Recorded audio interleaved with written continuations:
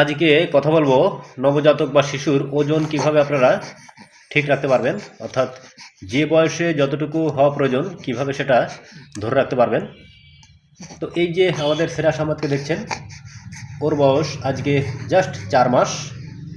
4 মাসে আর কি স্বাস্থ্য সংস্থার যে একটা চার্ট, সেই চার্ট অনুযায়ী ওর বয়স হতে হয় 6.5 কেজি, 5 মাসে 7 কেজি।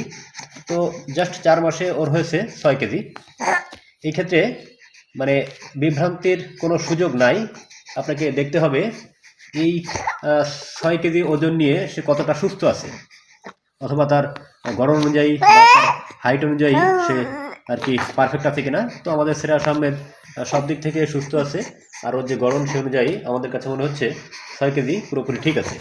তো যে বিষয়টা নিয়ে কথা বলা দরকার, ওজন যদি অতিরিক্ত বাড়তে থাকে বা অতিরিক্ত কমতে থাকে, দুটোই শিশুর জন্য ক্ষতির।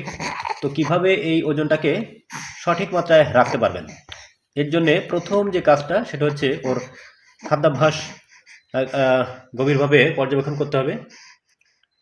ও খাবার কম খাচ্ছে কি বেশি খাচ্ছে, এবং সঠিক সময় খাচ্ছে কিনা, দিনে কয়বার খাচ্ছে, এই বিষয়গুলো। আপনারা জানেন শিশুদের খাবার গ্রহণের নির্দিষ্ট কোনো সময়সীমা নেই, নির্দিষ্ট কোনো আর কি সময় নেই যে কোন সময় গ্রহণ করবে। ওর যখনই ক্ষুধা লাগবে তখনই খাবে। আপনারা এই ক্ষেত্রে লক্ষ্য রাখতে পারেন যে অতিরিক্ত কান্নাকাটি করতেছে কিনা খাওয়ার জন্য, অথবা পেটে হাত দিয়ে দেখতে পারেন যে আসলে খাবার পরিমিত মাত্রায় আছে কিনা।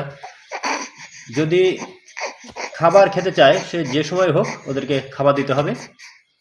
আর অনেক সময় না খেয়েই বাচ্চারা ঘুমিয়ে পড়ে।